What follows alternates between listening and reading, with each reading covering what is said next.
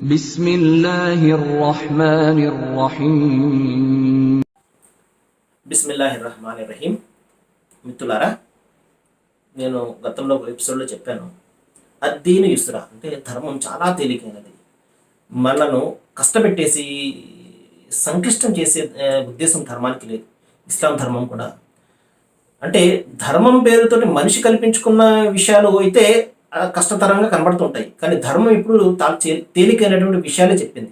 మనిషి దాన్ని ఏం చేశారంటే సంక్లిష్టం చేసుకుని ధర్మం పేరుతో చేశాడు. ధర్మంలో ఈ విధంగా ఉన్నది, ధర్మంలో ఆ విధంగా ఉన్నది. వాస్తవానికి ధర్మం ఆ విధంగా చెప్పదు, తేలికైనటువంటి విషయాలే చెప్తుంది. సోదర మహాశీలారా, అందులో కొన్ని విషయాలు ఏంటంటే శిఖనాలు, ఇంకా రకరకాలైనటువంటి శిఖనాలు అంటే చాలా ఉంటాయి. ఎదురు రావడాలు, లేకపోతే ఇంకొకటి తుమ్మితే వెళ్ళకూడదని, లేకపోతే పిల్లి ఎదురొచ్చిందని, లేకపోతే ముగ్గురు వెళ్ళకూడదని, లేకపోతే ఈరోజు ఆ రోజు సోమవారం, మంగళవారం, బుధవారం, రకరకాలైనటువంటి ఇవన్నీ ఏంటి?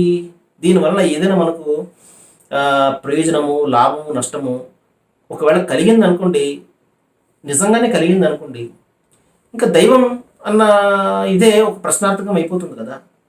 ఒక పిల్లికే మనల్ని బాధ పెట్టేసి మన యొక్క జీవితాన్ని మార్చేసే శక్తి ఉంటే ఇంకా దైవం ఏంటి? ఒకసారి ఆలోచన చేయండి. కాబట్టి ఇవన్నీ కూడా ఈ శకునాలు చూడడము, మరొకటి ఇందులో చాలా ఉన్నాయి. ఇవన్నీ మనం చెప్పుకుంటూ వెళ్తే చాలా లిస్ట్ అయిపోతుంది.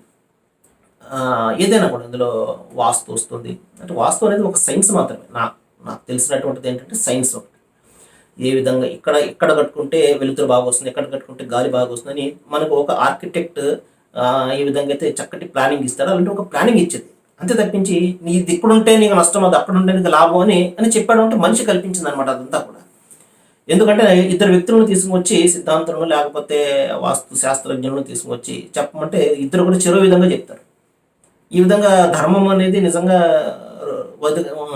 వేరువేరుగా చెప్పదు కదా, అన్నీ ఒక విధంగా చెప్పాలి. సరే, వేరే టాపిక్ అనుకోండి. ఇక్కడ దైవం చెప్పే విషయం ప్రవక్త ముహమ్మద్ సల్లల్లాహు అలైహి వసల్లం ఏం చెప్పారు అంటే, లా అద్వా వలా తీయరా, దుశ్శకునాలు, ఇతర అలవాట్లు ఏదైతే ఉన్నాయో, ఇతర పద్ధతులు ఏవైతే ఉన్నాయో అన్నీ కూడా ఒట్టి మాటలు మాత్రమే. దైవం ఏదైతే అనుకున్నాడో అది మాత్రమే జరుగుతుంది. ఆయన ఒక రూపాయి ఇవ్వాలనుకుంటే ప్రపంచం అంతా అడ్డు పెట్టినా కూడా దాన్ని ఎవరు తీసుకోలేరు. ఒక రూపాయి తీసుకోవాలనుకుంటే ప్రపంచం అడ్డు పెట్టినా కూడా దాన్ని ఆపలేరు. కాబట్టి మనం ఉంచవలసింది ఆ దైవం పట్ల.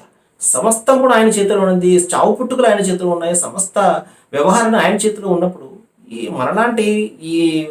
మనలాగా పుట్టబడినటువంటి ఈ విషయాలన్నీ కూడా మనల్ని ఏం చేస్తే ఒకసారి ఆలోచన చేయండి.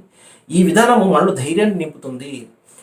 మన సంఖ్యలు ఏదైతే ఉన్నాయో, భావ సంఖ్యలు ఏదైతే, కట్టుబాట్లు ఏదైతే ఉన్నాయో, మూఢనమ్మకాలు ఏదైతే ఉన్నాయో, వీటిని అన్నింటినీ కూడా మనల్ని విడదీస్తుంది, మనల్ని రిలీజ్ చేస్తుంది.